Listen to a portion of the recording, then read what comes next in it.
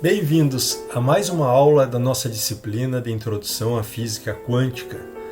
Hoje nós vamos falar sobre o efeito fotoelétrico. Esse efeito foi descoberto pouco antes do início do século XX e foi um dos fenômenos que ajudaram a revolucionar a física, em particular a criação da física quântica e, nesse caso, a descoberta do fóton, onde então a radiação apresentava propriedades corpusculares, ao contrário do que se acreditava na época, devido à teoria de Maxwell, de que a luz era uma onda eletromagnética. Neste caso, o experimento mostrou um outro comportamento da luz. E a física clássica, de certa forma, então, falha. Ela falha ao explicar esse fenômeno. Então, foi justamente nas experiências de Hertz. Então, antes de descobrir o efeito fotoelétrico, Hertz fez muitos experimentos e de 1886 até 1887, esses experimentos eles confirmaram as ondas eletromagnéticas e todo o triunfo da teoria de Maxwell, as equações de Maxwell, e que prediziam a existência de ondas eletromagnéticas. Isso tudo foi descoberto por Hertz. Num dos experimentos, porém, então aqui está apenas um esqueminha aqui do experimento. Então, nós temos um experimento aqui que é de vidro, esse invólucro é de vidro, e aqui dentro tem um espaço evacuado, tem um cátodo, uma chapa metálica, e duas chapas metálicas separadas, né? E um circuitinho aqui. E o que o Hertz observou em 1887? Que quando incidia luz ultravioleta aqui dentro, havia uma descarga elétrica. Ou seja, o amperímetro ele detectava uma corrente elétrica, sendo que não havia fonte de corrente elétrica aqui.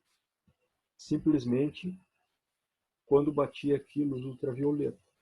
Então essa experiência essa descarga elétrica poderia ser um erro na experiência, mas não. Foi um novo fenômeno e o próprio Hertz descobriu. Outro físico da época, Leonard, então ele também pesquisou bastante sobre esse assunto. E ele descobriu que a luz ultravioleta ela facilitava a descarga. Então, se a luz fosse ultravioleta, facilitava a descarga e fazia com que os elétrons fossem emitidos da superfície desse cátodo. Então, aqui está simbolizado um elétron, só para mostrar que bate luz, mas não é qualquer luz, era luz ultravioleta e fazia com que elétrons fossem emitidos dessa superfície. E isso é o efeito fotoelétrico. Tá? Efeito fotoelétrico, ou seja, você tem luz batendo numa superfície metálica, no caso, nesse cátodo, e a luz batendo vai fazer com que os elétrons sejam ejetados dessa superfície. Esses elétrons que são ejetados, eles são chamados de fotoelétrons, porque eles foram ejetados mediante a luz incidente que forneceu energia para eles saírem. Tá? E uma vez ejetados, eles vão atingir o anodo e uma corrente elétrica, então, ela era medida, tá? No amperímetro. A questão é que deixou eles sem saber como explicar esse efeito. Então, foi feito mais experiências a respeito do efeito fotoelétrico e eles se dedicaram a esse fenômeno. Mas primeiro Hertz, assim que ele descobriu, veja, Hertz validou a teoria eletromagnética, a existência das ondas eletromagnéticas. Então, para Hertz, a luz é uma onda. Tá? Aqui tem um esqueminha um pouquinho mais completo do experimento, o efeito fotoelétrico. A luz incidente, ela bate no cátodo, o fotocátodo, e o elétron ejetado, elétrons ejetados vão para o anodo e daí podem fornecer uma corrente aqui, tá? Uma corrente elétrica. Segundo Hertz, a luz que bate aqui é onda eletromagnética. Essa descoberta estava no auge, ela é uma descoberta recente na época. O que acontece quando uma onda eletromagnética bate numa superfície metálica? tal forma a injetar os elétrons, por essa lógica. Então, aqui, ao incidir na superfície metálica, a onda vai fornecer energia para os elétrons, então nessa superfície. E esses elétrons vão escapar do poço de potencial do núcleo ao qual eles estão ligados e são detectados no amperímetro. Tá? E aí vai ter uma corrente. Essa seria a ideia, sendo a luz uma onda eletromagnética. Porém, tem consequências. Tá? Sendo uma onda, o ganho de energia destes elétrons que estão na superfície metálica, esse ganho de energia é gradual, ele vai aos poucos, vai incidindo a luz e vai absorvendo, até chegar um momento que ele vai ser ejetado, esses elétrons. Então, deveria levar um tempo para que os elétrons absorvessem a energia suficiente para serem ejetados. Outra consequência é que, se dobrar a intensidade da luz, a corrente fotoelétrica, que é detectada no amperímetro, ela deveria dobrar, independentemente da frequência. Ou seja, se botar luz ultravioleta de uma certa frequência, ou botar luz no visível, uma luz vermelha, uma luz verde, uma luz azul, não faria diferença. Bastaria que essa dependência estaria na intensidade da onda eletromagnética. Então, a onda eletromagnética, se ela é fraca, ela vai demorar muito tempo para ceder energia para os elétrons, que eventualmente vão ser ejetados da superfície. E se a onda tiver uma intensidade maior, eventualmente isso vai ser mais rápido, esse processo. Então, isso seriam consequências da hipótese de Hertz, da teoria recém-descoberta, que a luz é uma onda eletromagnética. Alguns fatos experimentais, então, descobertos por Lennard, tá? Um pouquinho depois, 1902, tá? E de novo, um outro esqueminha aqui, do mesmo experimento, mostrando, então, a luz vai bater aqui na superfície, no cátodo, e vai emitir os fotoelétrons, que vão atingir outro lado e vão fazer, então, vão ter uma corrente elétrica. Tá? Dentre os fenômenos que o Lennard descobriu sobre o efeito fotoelétrico, primeiro, esse efeito ocorre independente da intensidade da luz incidente. Se a luz uma determinada luz for fraquinha ou muito forte, não faz diferença. Isso é um fato experimental, não previsto por Hertz. Sendo uma onda eletromagnética, aumenta a intensidade, vai aumentar o efeito. Mas não é o que a experiência mostrava. Tá? A intensidade não interfere no efeito, no sentido de o efeito ocorrer ou não. Tá? Outra característica importante que o Lennard descobriu é que o efeito só ocorre se a frequência da luz for maior do que uma certa frequência. Tem uma frequência limite. E vai depender do material. O material desse cátodo aqui, dessa superfície. Tá? Se mudar o material, muda a frequência da luz necessária para o efeito ocorrer. Se você baixar a frequência, vamos supor que fosse uma luz ultravioleta, e você for para o visível, já não ia ocorrer esse efeito para alguns materiais. Tá? Por exemplo, aqui seria um exemplo para um determinado material. Pode ocorrer o efeito no ultravioleta, que é uma frequência mais alta, e para a luz visível. Poderia ocorrer para a luz visível, mas não para o infravermelho. Então, seria uma situação. Ou poderia ocorrer para a ultravioleta e até uma certa luz de uma frequência, vamos supor, do azul, e abaixo do azul, não. Ou seja, existia uma frequência abaixo do qual não acontecia o efeito, independente da intensidade da luz. Mais importante do que a intensidade é a frequência da luz que batia ali. Tá? A frequência que fazia com que luz de frequência mais alta faziam acontecer o efeito, chegava a uma certa frequência limite, o efeito deixava de ocorrer. E abaixo não ocorria mesmo. E outra característica também, que esse efeito é instantâneo, por mais fraca que fosse a intensidade da luz incidente. Então, isso contradiz Hertz, contradiz a teoria eletromagnética clássica, no sentido que a onda ela se distribui ali, ela vai devagarinho, permite um acúmulo de energia, e se a luz fosse fraca, deveria ter um tempo para essa energia ser depositada e os elétrons absorver essa energia e serem injetados. Enquanto que isso não é assim. Se o efeito ocorre, ele ocorre mesmo para a luz bem fraca. Por mais fraca que fosse, o efeito ocorria. O efeito era detectado. Então, isso contradiz a hipótese de Hertz, a explicação de Hertz, tá? Que é a teoria clássica. Vocês estão vendo aqui que tem também a possibilidade de jogar aqui uma diferença de potencial, inverter a polaridade, de tal forma a ajudar ou atrapalhar o efeito. Se eu aplicar uma diferença de potencial que ajudasse o efeito aqui, ok, seria uma forma. A outra forma seria eu inverter a polaridade e fazer com que eu tivesse uma repulsão no lado ânodo para os fotoelétrons não virem para esse lado. Então, tendo uma força repulsiva, aplicando potencial negativo aqui, vamos dizer assim. Tá? Então, variando esse potencial para uma polaridade ou para outra, é possível de estudar esse efeito com mais detalhe, o efeito fotoelétrico. E Leonard fez isso. Tá? Então, ele descobriu também que aplicando uma DDP retardadora, então aplicando uma DDP tal que fosse frear os fotoelétrons,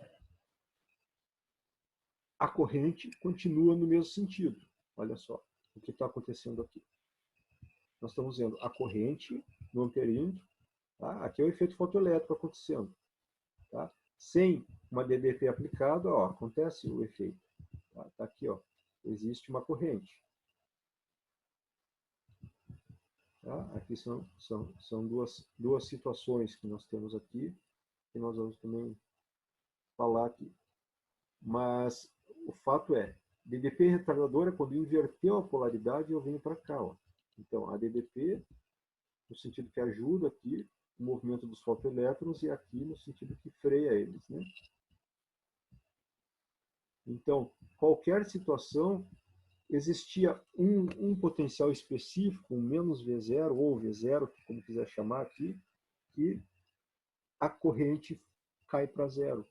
Tá? A corrente, então, ela diminui até se anular. Quando chegar a esse ponto, a corrente é zero, então isso significa que lá dentro do lugar onde acontecia, os elétrons eram injetados e atravessavam o espaço ali, deixa de acontecer esse efeito. Então, nenhum elétron atravessa a região contra o campo. Vamos voltar aqui. Aplicando uma DDP contrária, uma diferença potencial contrária, vai impedir que esses fotoelétrons cheguem do outro lado. Então, eles não vão atravessar mais essa região. Isso era independente da intensidade da luz incidente. Se você aumentasse a intensidade, vamos dizer que aumentaria, por alguma lógica, deveria aumentar o efeito fotoelétrico, aumentando a intensidade.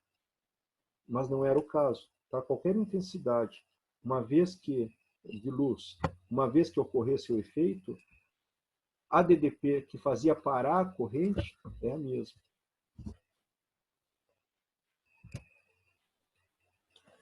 O que está relacionado a essa diferença de potencial, essa DDP retardadora, no caso a máxima ali?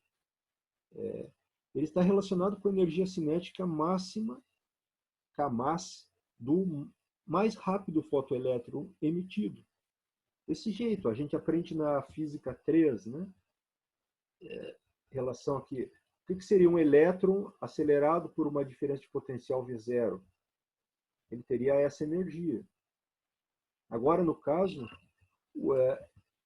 para eu parar completamente a corrente fotoelétrica, eu preciso parar o mais rápido. Porque parar os mais devagar não vai parar os mais rápido.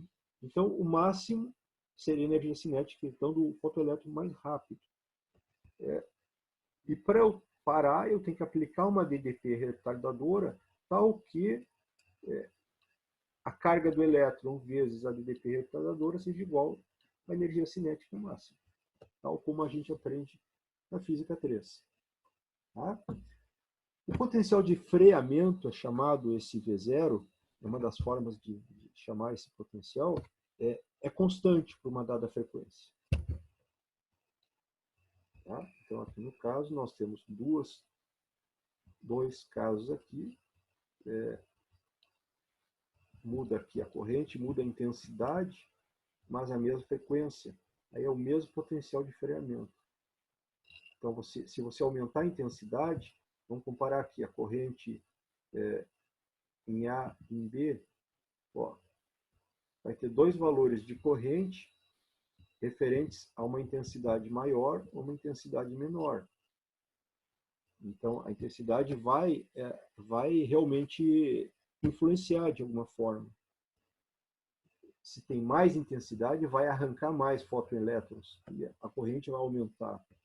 Mas o potencial de freamento é o mesmo. Ou seja, para qualquer dos dois casos, intensidade grande ou intensidade menor, se você chegar aqui e aplicar um potencial contrário, aquele mesmo potencial vai parar os fotoelétrons nos dois casos.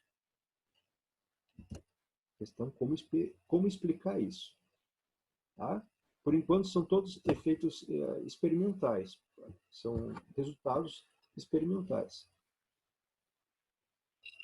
Se variar a frequência da luz, e agora está mostrado aqui na figura o resultado de experimentos de Lennard, que, botando aqui é um caso específico de material que, jogando luz ultravioleta, depois luz violeta, depois luz amarela. Então, cada vez eu vou baixando aqui a frequência. Tá? Então, ultravioleta é, vamos dizer, com frequência mais alta dessas três, né? Violeta e amarelo. E se observou aqui, o potencial de freamento ele muda. Ó. O potencial de freamento é esse valor aqui de potencial negativo aqui, que vai parar com a corrente elétrica, com a corrente fotoelétrica. Tá?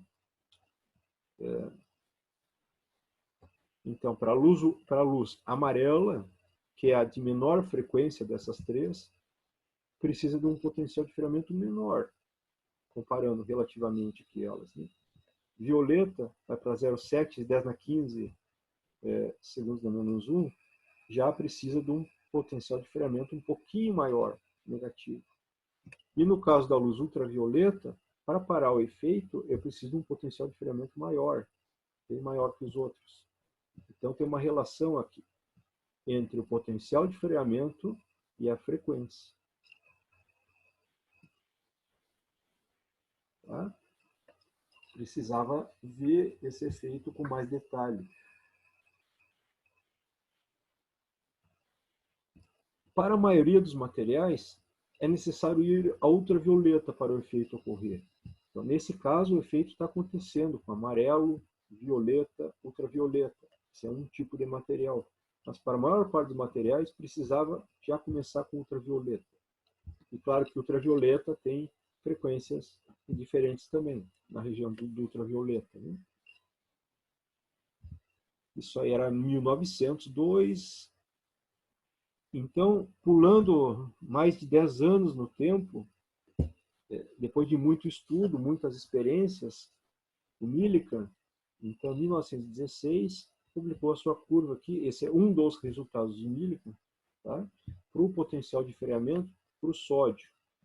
Então, aqui diz potencial limite. Potencial limite é o mesmo V0 aqui, é esse potencial que vai conseguir terminar com o efeito fotoelétrico se aplicar ele no circuito. Tá? Então, ele fez um estudo seguinte. Agora, vamos variar a frequência. Vamos incidir luz de frequências diferentes. E aí, ver qual que vai ser o potencial necessário para frear, para terminar com o efeito fotoelétrico. Então, viu aqui que realmente, se aumentar a frequência, então existe uma relação linear entre a frequência, que está aqui no X, e o potencial de freamento, o potencial limite. Essa é a, então, relação linear. Aqui estão os pontos experimentais. Então, frequências menores e frequências, vai aumentando a frequência, também vai aumentando o potencial de freamento, o potencial limite. E chega uma frequência que deixa de ocorrer o efeito, que é essa frequência limite aqui. Então, estamos usando aqui a letra Mi, Mi0 vai ser a frequência limite, ou frequência de corte, abaixo do qual o efeito não ocorre mais. Tá? Então, esse resultado foi muito importante, porque ele deu uma característica muito importante do efeito fotoelétrico e que deveria ser explicado pela teoria. Quer dizer, qual a teoria que está por trás disso? Não é a teoria de Maxwell, não é a teoria de Hertz. Já mostramos várias situações aqui que não é possível explicar, sendo a luz simplesmente uma onda, esse efeito. Quem deu a explicação para o efeito fotoelétrico foi o nosso conhecido aí, nosso amigo Einstein. Né? Em 1905, então esse ano é um ano famoso, que ele publicou essa explicação para o efeito fotoelétrico. E a explicação dele ia contra o que era o grande trunfo da época, que a luz é uma onda eletromagnética, anda com a velocidade da luz, em campos elétricos, campos magnéticos, e agora Einstein diz que não. Que nesse caso, para o efeito fotoelétrico, a luz apresenta um caráter corpuscular, ou seja, a luz se comporta como partícula. Então, ela é formada por pequenos pulsos de energia, que são discretos, chamados de fótons. Tá? Depois foram chamados de fótons. Motivado já pelos resultados de Planck, também de radiação de corpo negro, o Planck, o postulado dele, né, que dizia que a energia das ondas eletromagnéticas irradiadas por uma fonte seria 0 HNI, 2 HNI, múltiplos inteiros de HNI. Então, quando a fonte passasse do estado de energia NHNI até um N-1 HNI, ou seja, a variação de 1 ali, essa fonte emite um pulso discreto de radiação eletromagnética. E a energia desse pulso de radiação é HNI. Então vem a famosa expressão de Einstein para a energia dos fótons. Energia igual a constante de Planck vezes a frequência do fóton. Tá? Quer dizer, a luz tem um caráter de partícula, é partícula, mas é associado a uma frequência, um comprimento de onda, mesmo não sendo onda nessa situação. Tá? Uma dada frequência dá uma certa energia. Isso explica por que o efeito fotoelétrico ele ocorria às vezes para luz ultravioleta, que tem uma frequência maior, portanto uma energia maior, a energia do fóton da ultravioleta, do que o fóton da luz visível, por exemplo. Ou entre as luzes visíveis tem todo o espectro de frequência e energias que variam proporcionais à frequência também. Então, essa expressão foi introduzida por Einstein. Então, um fóton que tem energia suficiente arranca um elétron do material, pensando em efeito fotoelétrico agora, né? Esse fóton é absorvido pelo elétron e o elétron é injetado. Se o fóton for energético o suficiente, ou se ele tiver uma frequência alta o suficiente. E aí, é uma colisão. Você tem uma partícula, que é uma partícula de luz, vamos dizer assim, um fóton, né? Ele colide como se fosse uma colisão de bolinhas. Tá? Colide com o elétron e transfere imediatamente a sua energia. Então, isso explicava por que o efeito era imediato. Não tem essa história de ficar colocando energia aos poucos, que é o caso da onda, né? Você fica aí jogando onda, uma luz fraca, por um certo tempo, até eventualmente ejetar o elétron. Não era assim. Ejetava imediatamente quando a frequência fosse uma frequência que fizesse isso. Então, podia jogar o fóton, podia jogar um fóton que fosse ali, podia jogar uma luz fraca, porém com a frequência maior do que uma certa frequência. E aí o fóton vai ter aquela energia necessária para ocorrer o efeito. E o efeito ocorria, colide, absorve a energia do fóton e é ejetado o fotoelétron. E aí era detectada a corrente no amperímetro. Então, qual que seria a energia cinética do elétron ejetado? Isso tudo é a teoria de Einstein, tá? Na superfície do metal. Ora, os elétrons que são ejetados, eles não estavam livres, né? Eles estavam presos nos átomos ali da superfície, os átomos metálicos. Então, não é de graça também ejetar um elétron dali. Então, qual que seria a energia cinética do elétron ejetado? Ora, seria a energia fornecida pelo fóton, que é HI, menos um Wzinho pequeno, que poderia interpretar como trabalho para remover o elétron do metal, superando as forças atrativas e, possivelmente, perdas de energia devido a colisões internas. Cada material teria um valor característico para esse Wzinho aí. Tá? Bom, mas e aí qual seria no caso dos mais energéticos? Vamos pensar, quem seriam os fotoelétrons mais energéticos? Se você tem um átomo, você tem elétrons na volta desse núcleo, o átomo feito então pelo núcleo e pelos elétrons, os elétrons, quais são os elétrons mais fracos, fracamente ligados, vamos dizer assim? Os que estão mais internos, eles são mais fortemente ligados. E os mais externos são mais fracamente ligados. Então, vamos dizer, o fóton, a luz, vai bater em algum elétron. Né? Se bater naqueles mais fracamente ligados, é a situação que vai sair mais rápido. Então, essa vai ser a energia cinética máxima. Ele bateu nos mais fracamente ligados, e aí absorveu a luz, menos o que perdeu para tirar dali, né? Porque mesmo os mais fracamente ligados, eles têm ali uma energia de ligação, eles estão ligados aos átomos, então eles estão mais fracamente ligados. Então, esse dos mais fracamente ligados, então eu vejo que a gente mudou aqui a notação, porque agora é a energia cinética máxima desses fotoelétrons mais rápidos vai ser a energia que foi absorvida do fóton, da luz, menos a função trabalho.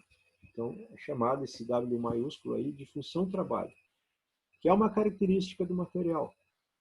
Cada material tem a sua função trabalho, tá? Que a gente pode interpretar como a energia mínima necessária para o elétron escapar da superfície do metal. Tem forças atrativas que estão segurando todos os elétrons, e essa ali é a mais fraquinha delas, mas existe, e é a função trabalho. Cada material tem a sua função trabalho. Depois, com pesquisas posteriores, por exemplo, aqui se descobriu função trabalho de vários materiais. E aqui está um exemplo de alguns materiais. De que ordem de grandeza é essa? Quanto vale a função trabalho dos materiais? Né? Por exemplo, o sódio, dos que estão apresentados, é a menor função trabalho. É da ordem 2,28 elétron-volt. É tudo da ordem de elétron-volt. Tá? Carbono 4,8, sei lá, prata 4,73, chumbo 4,04, platina 6,35, é tudo mais ou menos dessa ordem, esses que estão aqui. Tá? é uma outra característica, então, de cada material. Tá? Assim, tem outras características, a função trabalho é uma característica do material, que depende de vários efeitos globais, de como que é a energia de ligação dos elétrons mais fracamente ligados, conforme o número de elétrons e as camadas onde eles estão, esses elétrons, que vai como resultado ter uma função trabalho maior ou menor. Então, varia de material para material.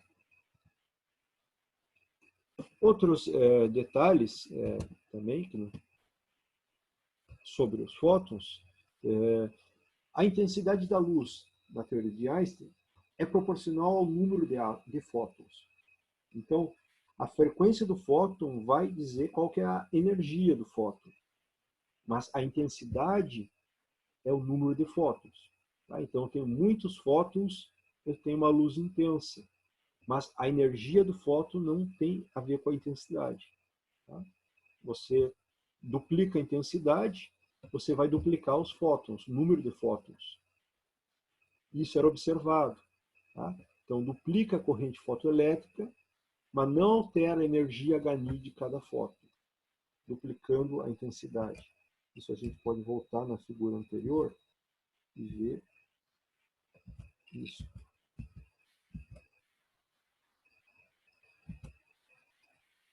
Aqui. Tá? Duplicou a intensidade, duplicou o número de fótons.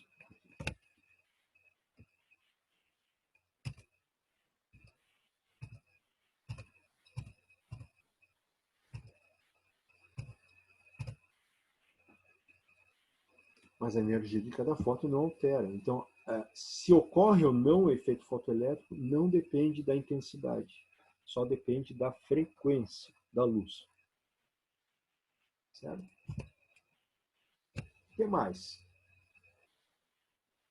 Qual foi o resultado final ali que o Einstein chegou com a sua teoria? Então, vamos supor que agora vamos parar os fotoelétrons. Vamos descobrir qual que é a frequência nos quais a frequência de corte. Tá? Para parar o fotoelétron mais rápido, o que vai acontecer então? É só na expressão anterior, para o K máximo, eu vou fazer K máximo ser igual a zero. Então, eu tinha aqui a energia cinética era a energia do fóton menos a função trabalho. Se for zero, então a energia do fóton vai ser igual à função trabalho. Então, eu tinha uma menos a outra aqui. Isso era Hν menos W, era a energia cinética máxima. Agora, se eu quero saber o limite em que a corrente vai para zero, e que eu não tenho mais efeito fotoelétrico, aí eu vou na frequência de corte aqui. Então, Hν zero vai ser igual a W. Tá? Então, eu tenho com isso a frequência de corte. Se os fótons têm frequência mais baixa do que isso, o efeito não ocorre. Eu posso isolar aqui a frequência de corte, e aí eu vou ter a função trabalho dividido pela constante de Planck. Esse é o valor, então, da frequência de corte, tá? Que foi predito por Einstein. E dá certo com o experimento. Tá? Era observado no experimento isso. Ou seja, se eu considerar uma frequência mais baixa do que essa, se esse fóton fosse, sei lá, azul, eu vou para o vermelho, já não vai ocorrer. Esse é o limite. Né? Eu preciso aumentar a frequência para o efeito fotoelétrico acontecer. Se a frequência é mais baixa, a energia é mais baixa, então não vai ser suficiente para liberar o elétron, porque ele está ligado na sua superfície e tem a função trabalho que quantifica isso. Então, se a gente quer parar o fotoelétrico mais rápido, aplica um potencial de freamento. Então, aplica o potencial de freamento, aquele que vai contra, e o potencial de freamento vai ser igual a energia cinética máxima. E aí, com isso, eu zero a energia cinética dos elétrons mais rápidos. E aí parou a corrente. isso vai ser igual a energia do fóton menos a função trabalho. Então, essa é a equação famosa aqui, o resultado obtido por Einstein. Que eu posso, por exemplo, isolar o potencial de freamento. E aí eu tenho esse resultado, que é uma equação da reta. Se eu pensar numa curva para o potencial de freamento contra a frequência. Tá? Então, frequência, potencial de freamento. Aqui eu tenho uma constante e aqui eu tenho a constante da reta. Então, aqui já é dois resultados experimentais que eu teria que esses resultados seriam já explicados pela teoria de Einstein. Tá? Que, por exemplo, para uma determinada substância, então seria aqui o resultado dela. Aqui seria uma segunda substância. Vocês viram no gráfico, e a gente pode entender, que a função trabalho na tabela, a função trabalho é diferente para cada material. Então, conforme for a função trabalho, quer dizer, a energia de corte vai ser a função trabalho dividido pela constante de Planck. Então, essa energia de corte, ela está justamente onde está batendo aqui. Ou seja, existe aqui o efeito e aqui deixa de existir. É a função trabalho do material 1 dividido pela constante de Planck. Aqui seria para um outro material. Então, existe também um comportamento, é previsto um comportamento linear e seria a função trabalho do outro material dividido pela constante de Planck. Esse resultado. Quem foi? Então, a partir desse resultado, é possível obter a constante de Planck. Independente, completamente independente dos experimentos de radiação de corpo negro. Tá? Do Planck. Independente. Que aqui apareceu diferente. Tá? Como que pode determinar a constante de Planck? Olha, temos essas retas, né? Temos materiais, é só fazer a medida. E vejo que a inclinação das retas não muda aqui. Potencial de freamento, função da frequência. Vejo que a inclinação da reta é dada pela constante de Planck dividido pela carga do elétron. Então, e a inclinação, então, não depende do material. É um fenômeno meio que universal aqui.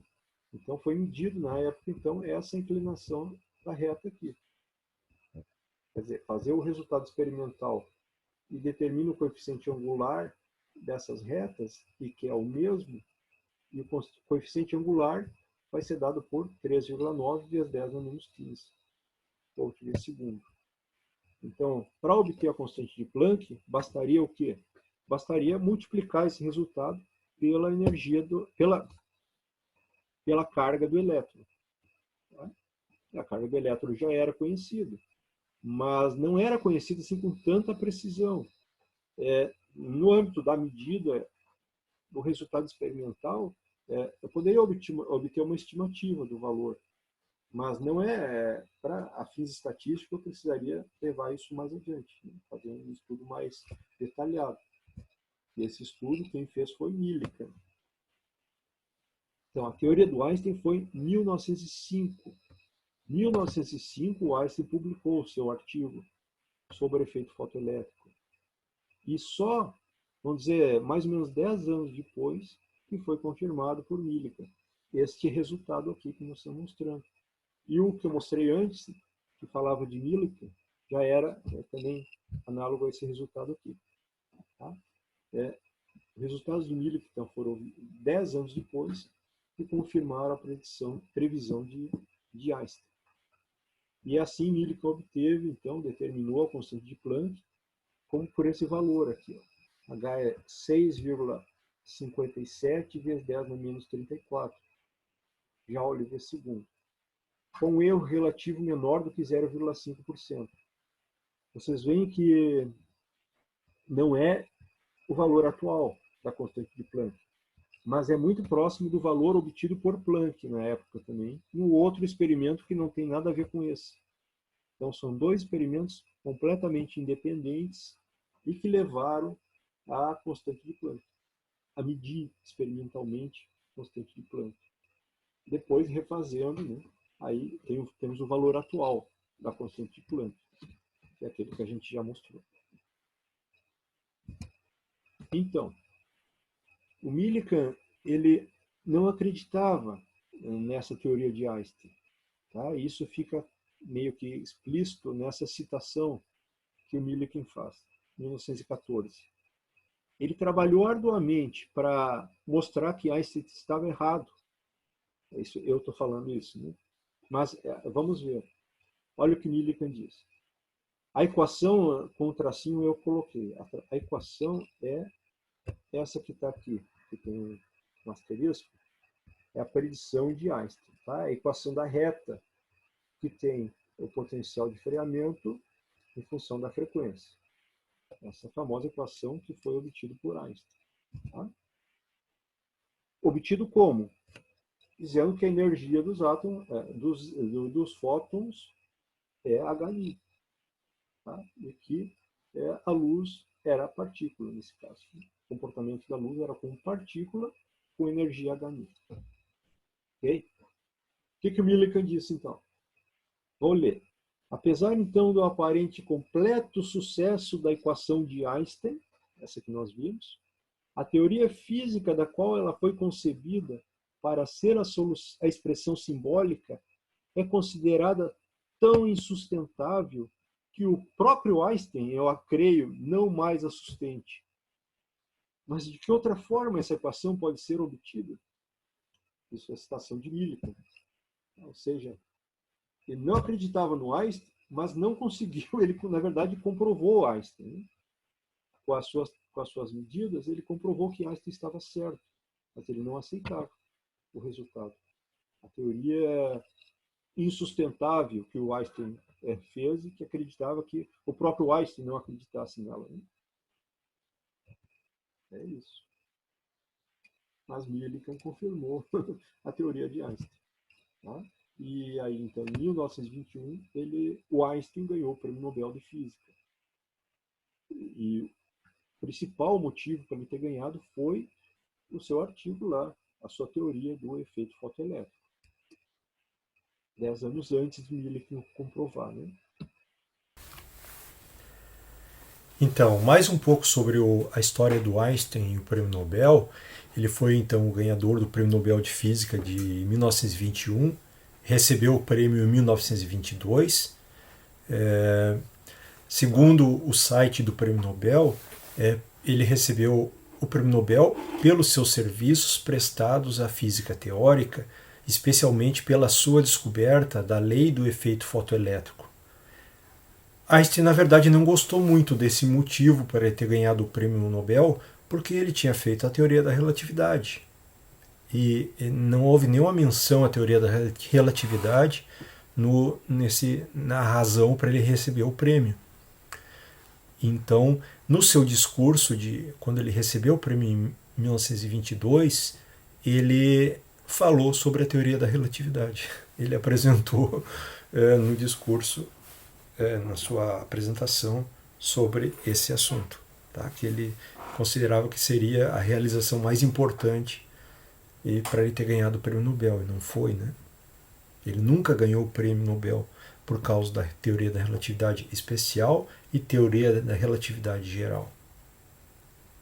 Mas ele ganhou o prêmio Nobel, de qualquer jeito, né? O efeito fotoelétrico não é o único efeito que mostra que a luz se comporta como partícula, que ela tem um caráter corpuscular. A gente vai ver na próxima aula o efeito Compton, que também então mostra isso. Aplicações do efeito fotoelétrico são muitas. Aqui mostramos algumas, mencionamos algumas. A célula fotoelétrica, temos aqui a fotocélula, fotomultiplicadoras, fotocopiadoras, painéis solares, detectores modernos e muitas outras aplicações. Sensores, então, que abrem portas, visão noturna, várias aplicações. Aqui, no caso, entrada de metrô, tem esses sensores também. São muitas aplicações. Aqui estão mostrando apenas algumas. Tá? Então, essa é a nossa bibliografia consultada e utilizada para essa aula. Tá? A bibliografia, então, bem vasta aqui. O Weisberg, o Caruso e o Guri, o Tipler-Levlin, de Física Moderna, e também o Moisés Nussensweig, volume 4. E, por último, a parte do Prêmio Nobel, que vocês podem consultar diretamente no endereço, nesse endereço que vocês podem ver toda a história do Prêmio Nobel. Certo? Bons estudos!